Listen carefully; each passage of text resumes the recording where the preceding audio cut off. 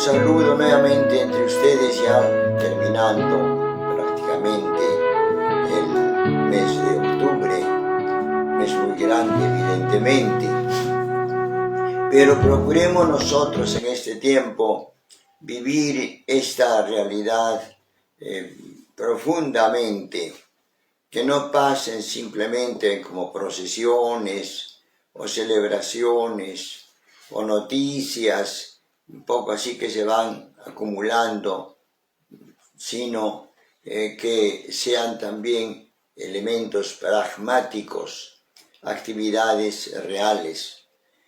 Hermanos, hemos visto todo este tiempo, y quisiera hacer como una síntesis o una recapitulación, de lo que decíamos, lo que San Francisco quiso. Quiero que todos ustedes se vayan al cielo. Y por eso he pedido al Papa que las personas que entren en esta capillita de la Porciúncula se les absuelva, se les perdone la pena que merecían por sus pecados ya confesados. Y efectivamente logró la indulgencia de la Porciúncula, que en Lima nosotros conocemos como el puchero de la Porciúncula, porque en ese día, además de ir al templo y ganar la indulgencia, también ganamos un refrigerio, digamos, una gratificación o un símbolo tal vez, un almuerzo, un bocadito, como símbolo de ese gran momento de San Francisco en la Porciúncula.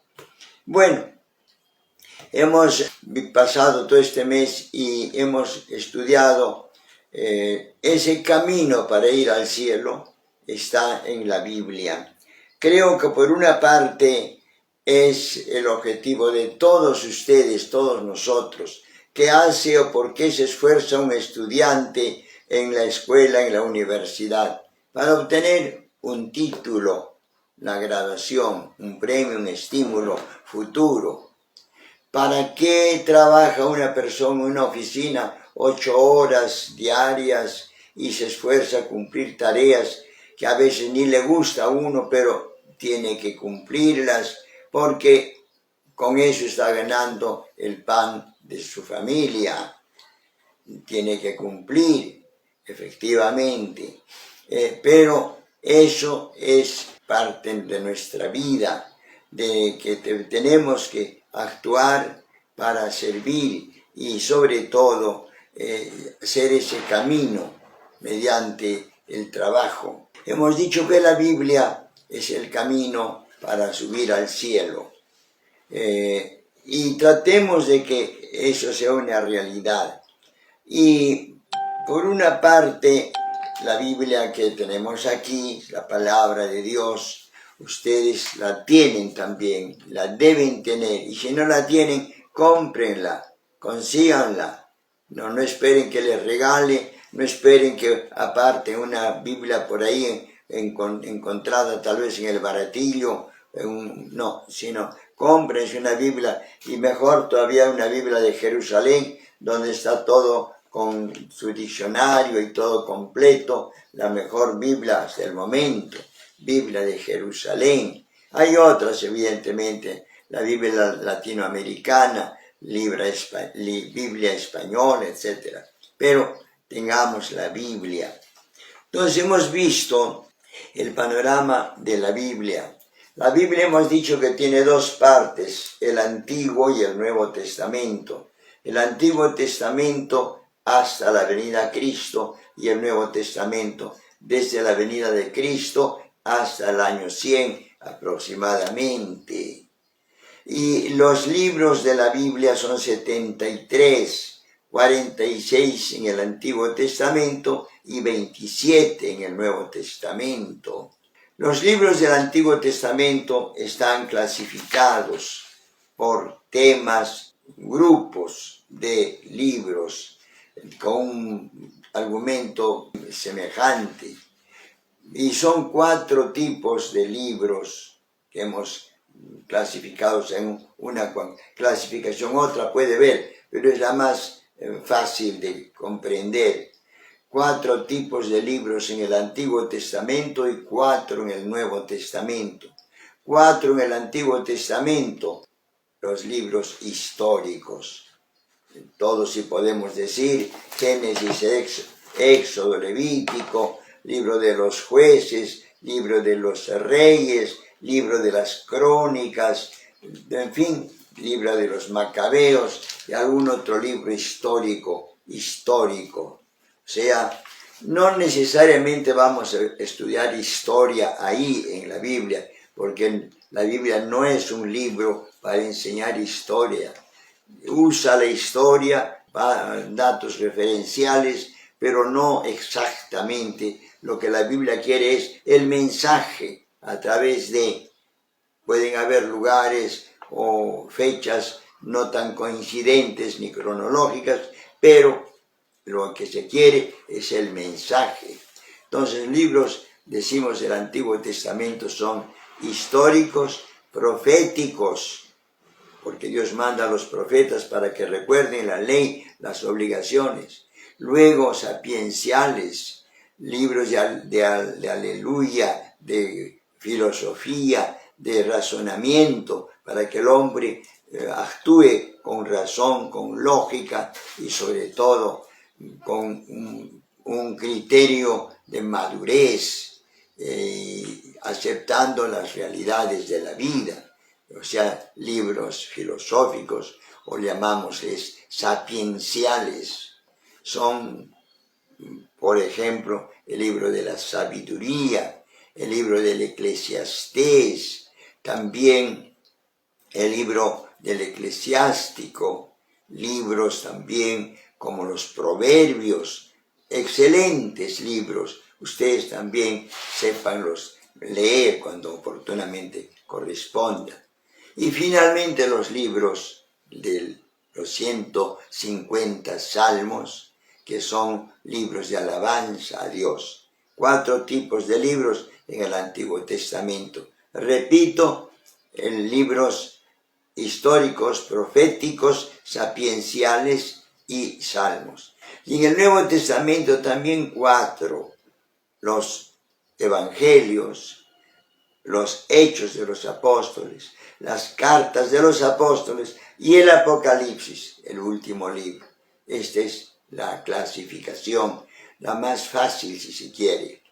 Pero toda esta Biblia, todo este texto que vemos aquí y tantos libros que a veces nos mareamos, cómo es, por qué cosa hago, por dónde empiezo, cómo, efectivamente se aconseja para leer que empecemos con los textos de la misa de cada día. Durante 2 años la Iglesia ha organizado los libros para que podamos irlos leyendo cada día y analizando.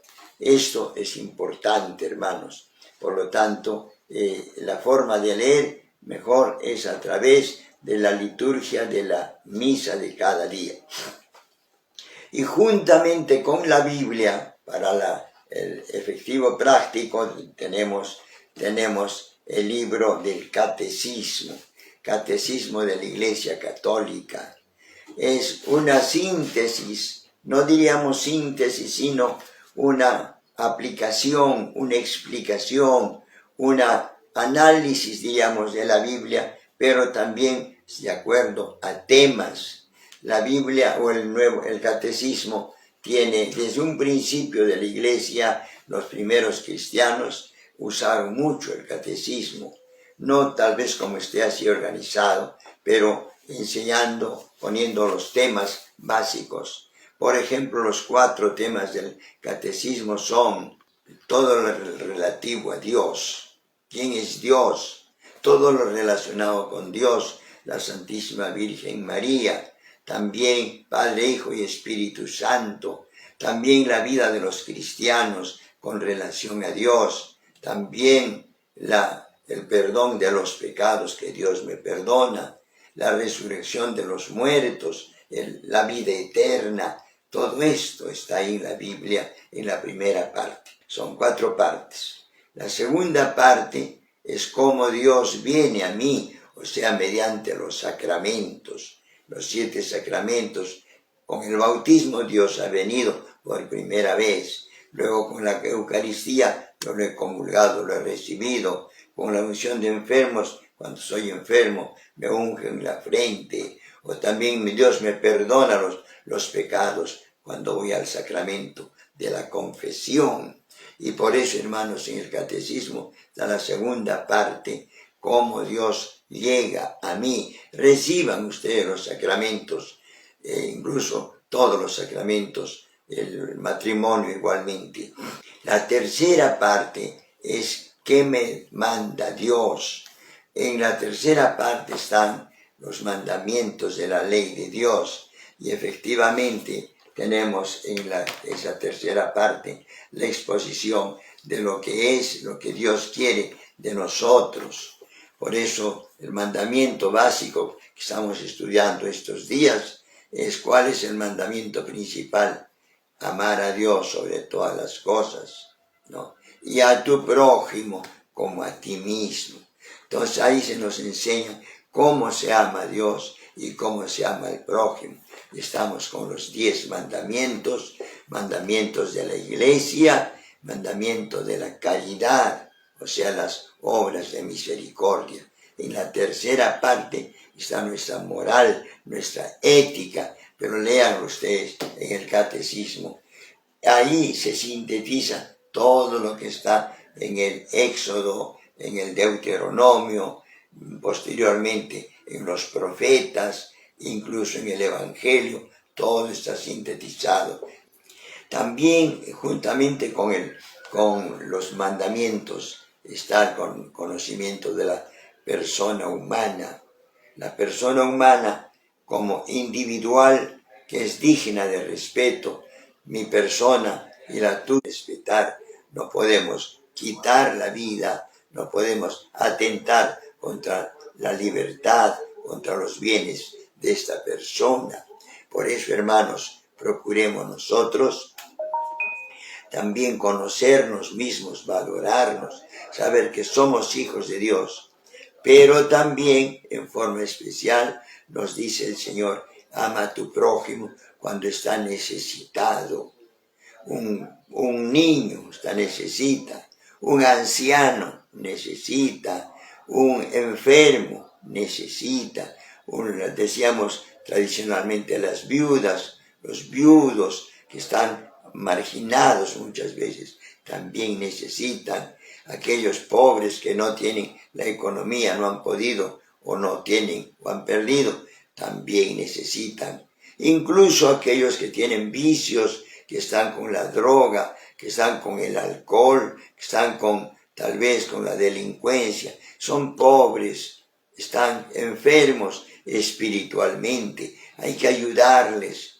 No es que simplemente digamos que se vaya a la cárcel y que se pudre en la cárcel, no, se trata de salvar a las personas. Por eso el apostolado en las cárceles es muy importante. Cuando estamos en la cárcel, repensamos nuestra vida, así como cuando estamos enfermos, repensamos nuestra vida, más cuando estamos en la cárcel. Ya bueno, pues por las malas, aunque sea, estoy repensando. Por eso, hermanos, en el catecismo se nos pone estas enseñanzas. Pero también valorar nosotros como sociedad. Estamos en un grupo, nosotros como iglesia, como barrio, como parroquia, debemos vivir, debemos integrarnos, porque solos no podemos hacer, ni podemos hacer el beneficio todos, ni tampoco poder recibir solos, sino la sociedad. La sociedad nos pone una calle, nos pone un hospital, nos pone un colegio, nos pone universidad, la sociedad. Y entonces en ese sentido nosotros también valoremos la sociedad, respetemos la sociedad. Este es, hermanos, el panorama que podríamos decir sobre nuestra vida y cómo llegar al cielo. Pero además procuremos vivir y no solamente conocer, no o apreciar, sino aplicar a la vida. Lo que dice la Biblia es para mí, para ti, tú cógelo. Generalmente a eso le toca a fulano de tal. No mentir, si fulano de tal que es tal cual. Roba, es ladrones, a ellos les toca. No, a mí también me toca. La ley es para todos. Luego de conocer viene la pregunta, ¿qué me pide Dios? Me pide, dice, vayan y prediquen, difundan. Tú, hermano, ya conoces la Biblia, tienes la Biblia, estás en tu parroquia, muy bien, pero no te quedes tranquilamente. No, si voy a la parroquia, me siento en la banca, oigo, asisto, doy un poco de limosna o ofrenda, o doy un poco de arroz o de panes o azúcar para el comedor, ya, tranquilo. Bueno, es cierto, pero más tenemos que hacer. Se nos pide, sino pensar en los demás. San Francisco dice, ser de provecho no solamente a mí mismo, sino de servicio a los demás. Cristo dice, yo también tengo que ir a visitar, a atender, a curar otras personas de otros pueblos, no solamente a ustedes. Por eso nos dice, vayan ustedes, prediquen, enseñen, difundan, porque sobre todo hemos de pensar que todos nos salvamos y venimos a este mundo a salvar también a los demás. Somos hermanos, somos solidarios con los demás. También nosotros debemos enseñar la doctrina, la iglesia, la Biblia. Ustedes son la luz del mundo, ustedes son la sal de la tierra. No se enciende una luz, un foco, para ponerlo debajo de la mesa, debajo de la cama, para ponerlo arriba para que ilumine. Así también dice, brille vuestra luz. Ustedes que son cristianos, difundan la fe. Por eso aprendamos de nuestros hermanos evangélicos, tal vez adventistas, testigos, que van hasta tocando las puertas. Nosotros también difundamos la palabra de Dios. Hay mucha gente que peca, falla, porque no tuvo quien le corrigiera a tiempo. Felizmente, tanto en el Palacio de Gobierno tenemos un capellán, en el Congreso tenemos un capellán, en la policía tenemos capellanes para cada regimiento, en los hospitales tenemos capellanes. También todos nosotros acudamos y sirvámonos del servicio de la capellanía que tienen. Por lo tanto, nosotros también difundamos este valor de la fe cristiano-católica. ¿Y cómo hemos de hacer? Solo yo no puedo, pero en la parroquia sí. Por eso, ustedes, hermanos, intégrense en la parroquia, en el consejo parroquial, en una fraternidad o hermandad, tercera orden o apostolado o cualquier cosa, con cualquier nombre para servicio a los demás. Hermanos, este es lo que quiero decirles, pero tengan presente y tienen ahora ya con la información que se ha dado lo necesario para que en nuestras parroquias organicemos cursos y difundamos la enseñanza de Dios.